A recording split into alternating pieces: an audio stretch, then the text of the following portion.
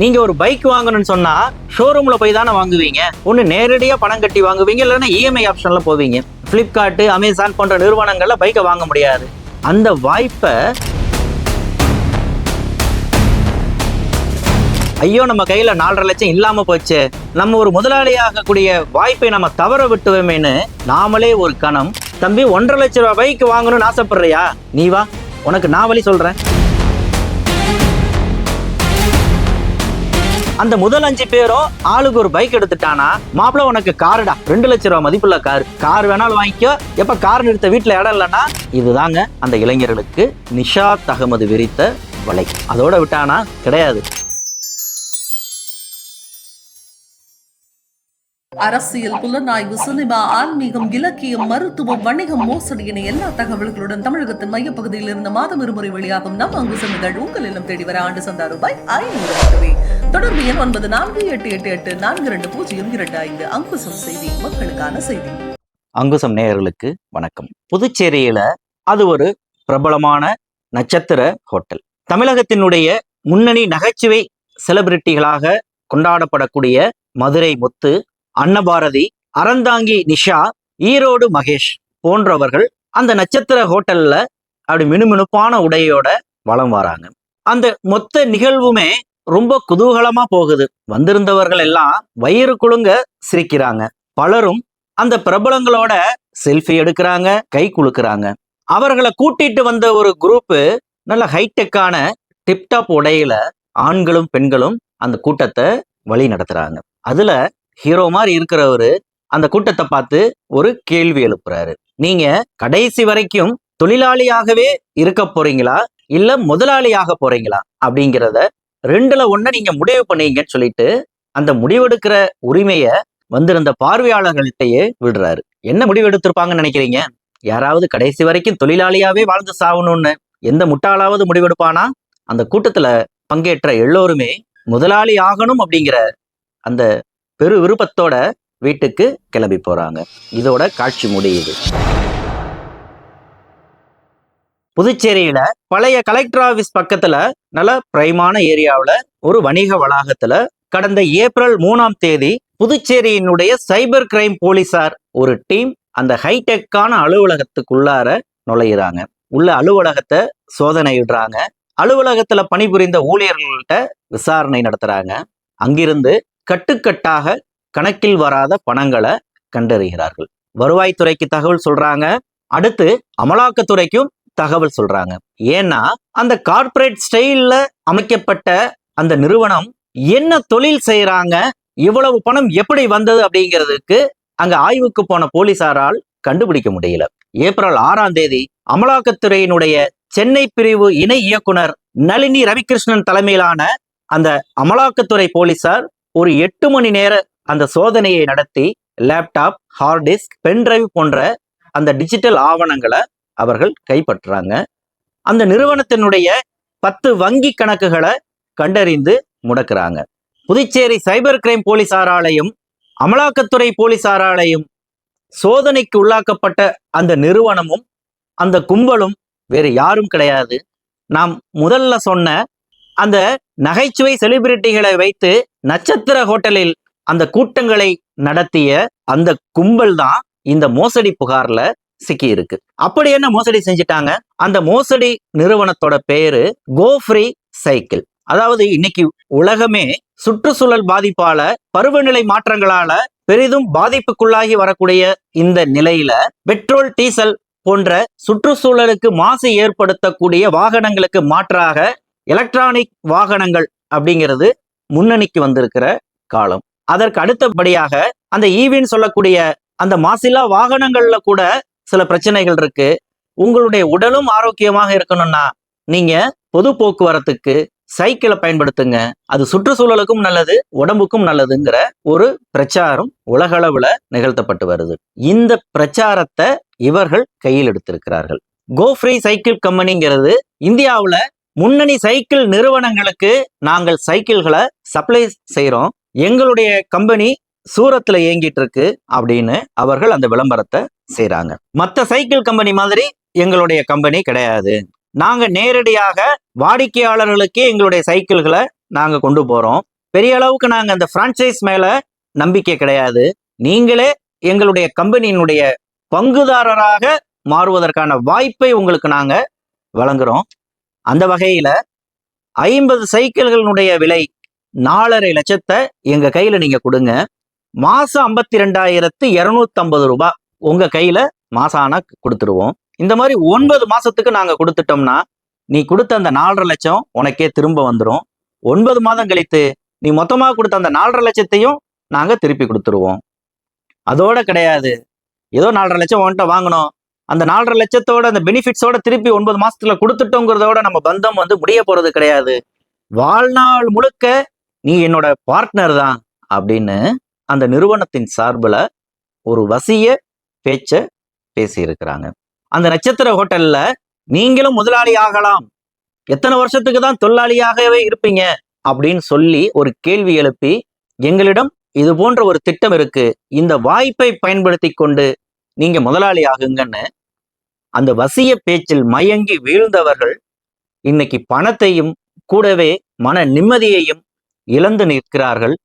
Puducherry cyber crime போலீஸில் புகார் அளித்துவிட்டு அந்த நிறுவனத்தை நம்பி கட்டிய பணம் என்று திரும்ப நம் கைக்கு கிடைக்கும் என்று காத்து கிடக்கிறார்கள். நட்சத்திர ஹோட்டல்கள்ல அந்த செலிபிரிட்டிகளை காமிச்சு மயக்குனது மட்டும் கிடையாது, அவர்களுடைய பேச்சில அந்த மலை தேனே ஒழுகிற மாதிரி தான் இருக்கு.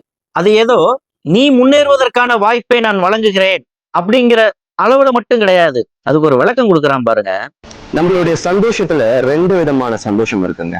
ஒண்ணு ஹெடோனிக் ஹாப்பினஸ் அண்ட் இன்னொன்னு ஹீரோமானிக் ஹாப்பினஸ் அப்படின்னு சொல்லிட்டு 2 விதமா இருக்கு. ஹெடோனிக் ஹாப்பினஸ் அப்படின்னா என்னன்னு பாத்தீங்க அப்படின்னா, நான் பெரிய கார் வாங்கணும், வீடு வாங்கணும், என்னோட பேங்க் பேலன்ஸ் ரொம்ப நல்லா இருக்கணும் அப்படின்னு நம்மளை பத்தி நம்மளே யோசிக்கிறது. இது எல்லாருமே திங்க் பண்றது தாங்க, இது காமனான விஷயம் தான். ஹியூமனிக் ஹாப்பினஸ் அப்படின்னா என்னன்னா, ஒரு இம்பாக்ட் கிரியேட் பண்ணி அதன் மூலயமா சந்தோஷப்படுறது, மற்றவங்களுக்கு ஹெல்ப் பண்றது மூலயமா சந்தோஷப்படுறது, மற்றவங்களுடைய லைஃப் ஸ்டைலை ரொம்ப ஹைஃபையா மாத்துறதுனால நம்மளுக்கு கிடைக்கிற சந்தோஷம்.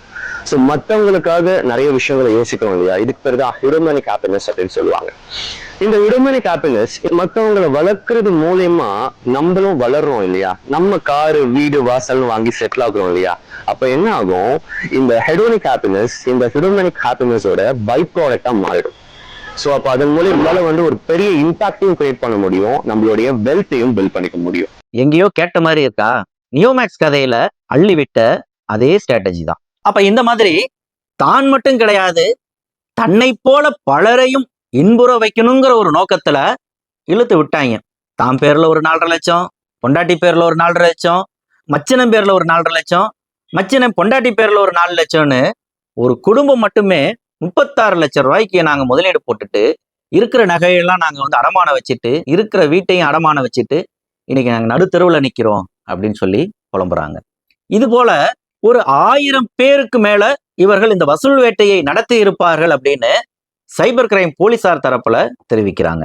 இதெல்லாம் பார்க்கும்போது எப்பா இது ஒரு பெரிய நெட்வொர்க் மாதிரி இருக்கும் போலயே, பக்காவா செட்டப் செஞ்சு இந்த வேலையை செஞ்சிட்டாங்களே அப்படின்னு நம்ம நினைக்க தோணும்.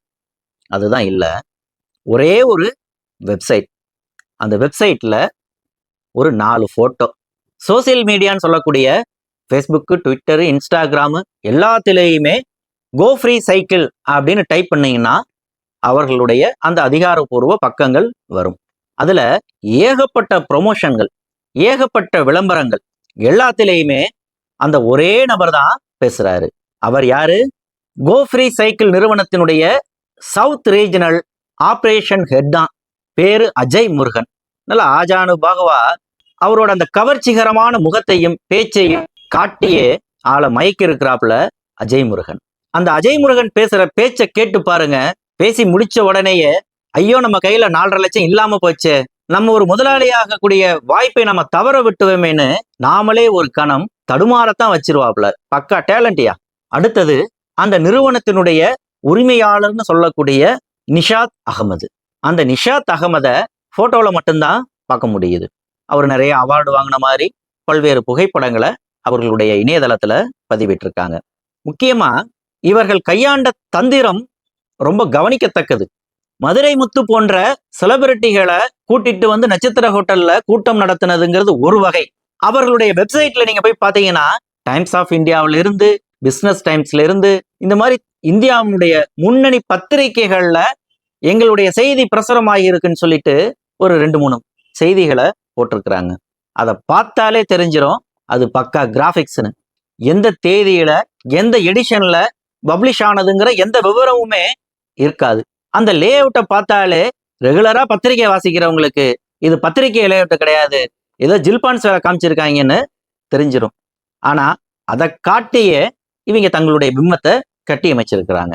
அதை விட ரொம்ப கவனிக்கத்தக்கது, தமிழக அரசு இது போன்ற அரசு துறை சார்பில் அந்தந்த மாவட்ட அளவுலோ அல்லது மாநில அளவுலோ தமிழ்நாடு, புதுச்சேரி போன்ற இடங்கள்ல இந்த சுற்றுச்சூழல் தினம் இது போன்ற முக்கிய விழாக்கள் தினங்களை அனுசரிக்கும் பொழுது மாரத்தான் போட்டி நடத்துறது, சைக்கிள் ஓட்டுற போட்டி நடத்துறது, இது போன்ற சில நிகழ்வுகளை நிகழ்த்துறாங்க.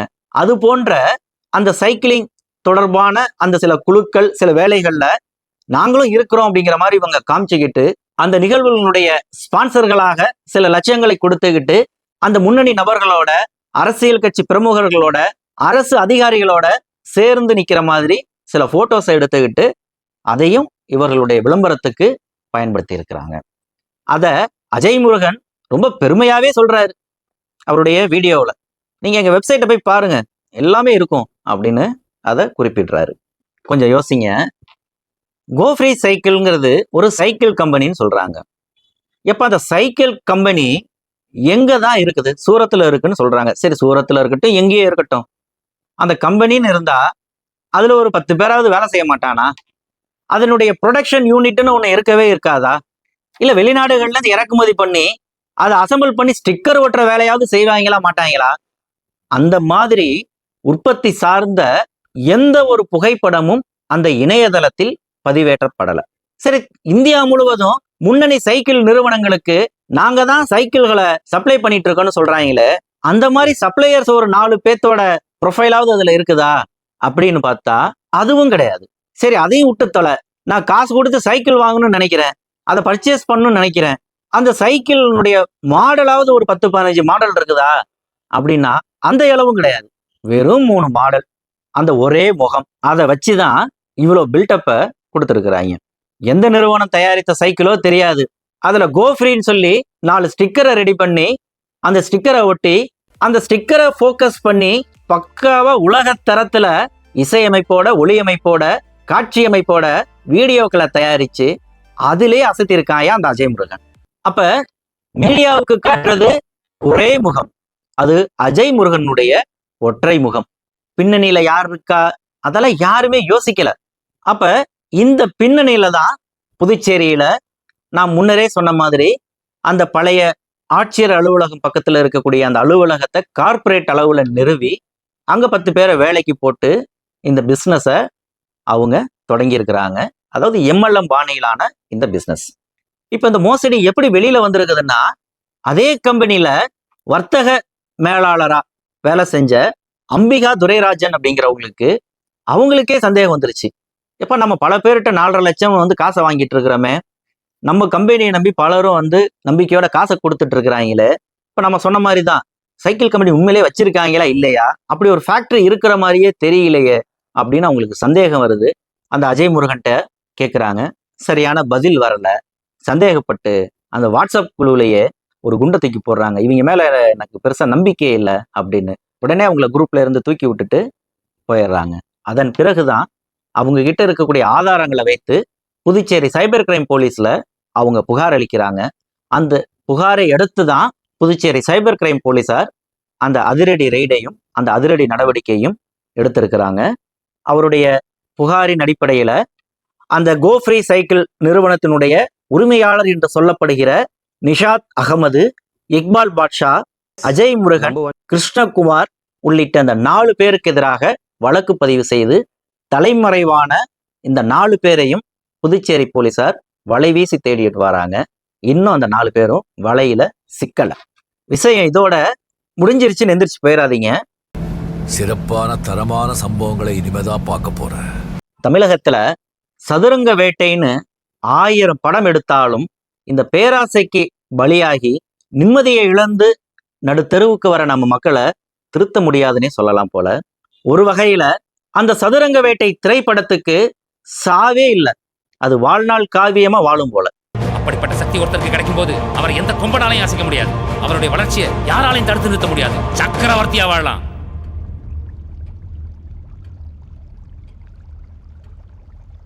ஏன்னு சொன்னா, இந்த கோஃப்ரி சைக்கிள் நிறுவனத்தினுடைய உரிமையாளர் நிஷாத் அகமதுனுடைய ஜாதகம் அப்படி, அவங்கிட்ட ஏமாறணுங்கிற கிரகம் அப்படி. 2025 புதுச்சேரியில கோஃப்ரி சைக்கிள் வழக்குல நிஷாத் அகமது சிக்கி இருக்காரு. 2018 என்ன நடந்தது தெரியுமா?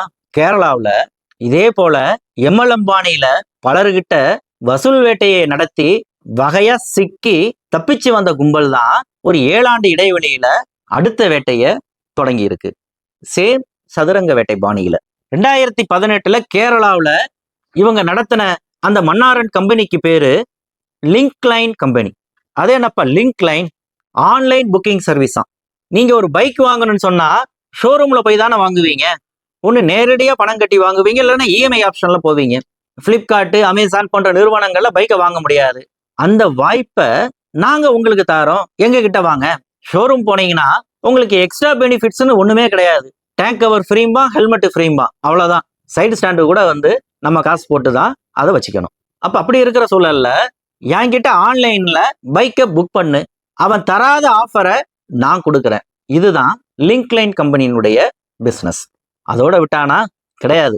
அப்பா மூட்டை தூக்குற வேலைக்கு போனாலும், தினக்கூலி வேலை பார்த்தாலும், அம்மா 100 நாள் வேலைக்கு போனாலும், பந்தாவா ரோட்ல சுத்துற மாதிரி 1 லட்சம் ரூபாய்க்கு மேல விற்கிற பைக்கு தான் வேணும். முன்னாடி வேலை தூக்கிட்டு போற மாதிரி ஹைவேஸ்ல தூக்கி காட்டிட்டு ஓட்டினாதான் கெத்துன்னு இருக்கிற இளைஞர்கள் நிறைய இருக்கிறாங்க. அந்த இளைஞர்களை குறி வைத்துதான், தம்பி 1.5 லட்சம் ரூபாய் பைக் வாங்கணும்னு ஆசைப்படுறியா?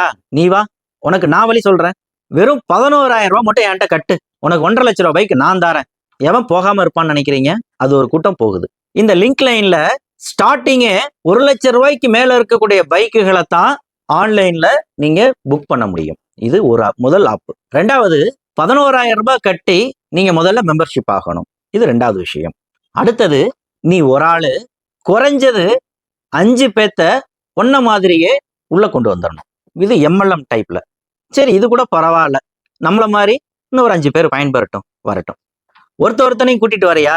ஒருத்தனும் 11,000 ரூபாய் கட்டுனா உன் தலையில 2,000 ரூபாய் ஏறிடும். அப்ப 5 பேரை கூட்டிட்டு வந்தேன்னா கம்பெனி உன் தலையில 10,000 ஏத்திரும். நீ ஒரு 11,000 போட்டிருக்கிற.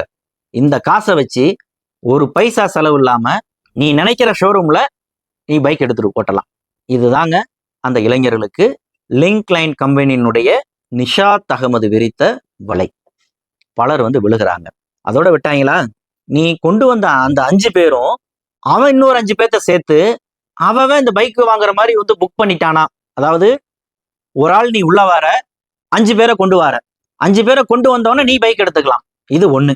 நீ கொண்டு வந்த அந்த 5 பேரும் இன்னொரு 5 பேரை கொண்டு வந்து அந்த முதல் 5 பேரும் ஆளுக்கு ஒரு பைக் எடுத்துட்டானா, மாப்பிள்ள உனக்கு காருடா, 2 லட்சம் ரூபாய் மதிப்புள்ள கார் வேணாலும் வாங்கிக்கோ.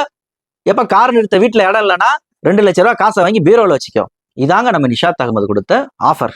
அப்புறம் என்ன, அந்த 11,000 கட்டின பையன் 1.5 லட்சம் ரூபாய் பைக் வாங்கியிருப்பான்னு நினைக்கிறீங்க? அவன் கொண்டு வந்த 5 பேரு பைக் வாங்கி அவன் கார் வாங்கி ஓட்டியிருப்பான்னு நினைக்கிறீங்க? அதுதான் இல்ல. இது ஒரு மாபெரும் மோசடி. அந்த மோசடியில சிக்கினவங்க அம்பேலானாங்க.